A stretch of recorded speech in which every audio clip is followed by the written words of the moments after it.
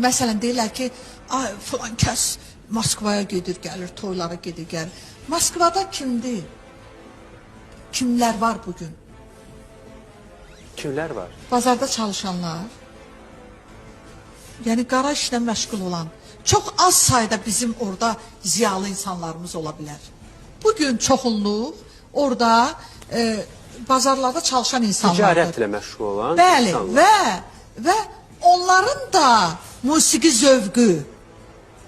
Təbii ki, bayaq Rəşad müəllim dedi ki, o biz astanovkalarda, mağaza qabaqlarında, nə bilim, aralarda eşidirdik, bazarlarda eşidirdik. O bazarlarda da eşidilən o musiqilərdir. Onun da eşitmək istədiyi, görmək istədiyi insanlar onlardır, onları dəvət edirlər. O nə muğama qulaq asan deyil, nə bizim gözəl estrada musiqilərimizə qulaq asan deyil, milli musiqimizə, yəni vokalımıza qulaq asan deyil.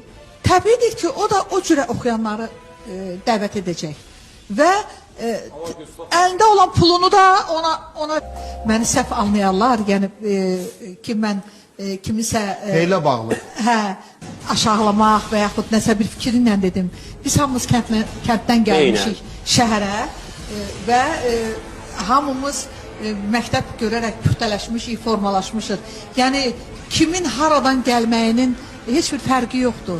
Mən musiqi zövqləri haqqında demək istədim ki, mən dedim ki, bazarda da çalışan o qədər gözəl musiqi zövqü olan insanlar var.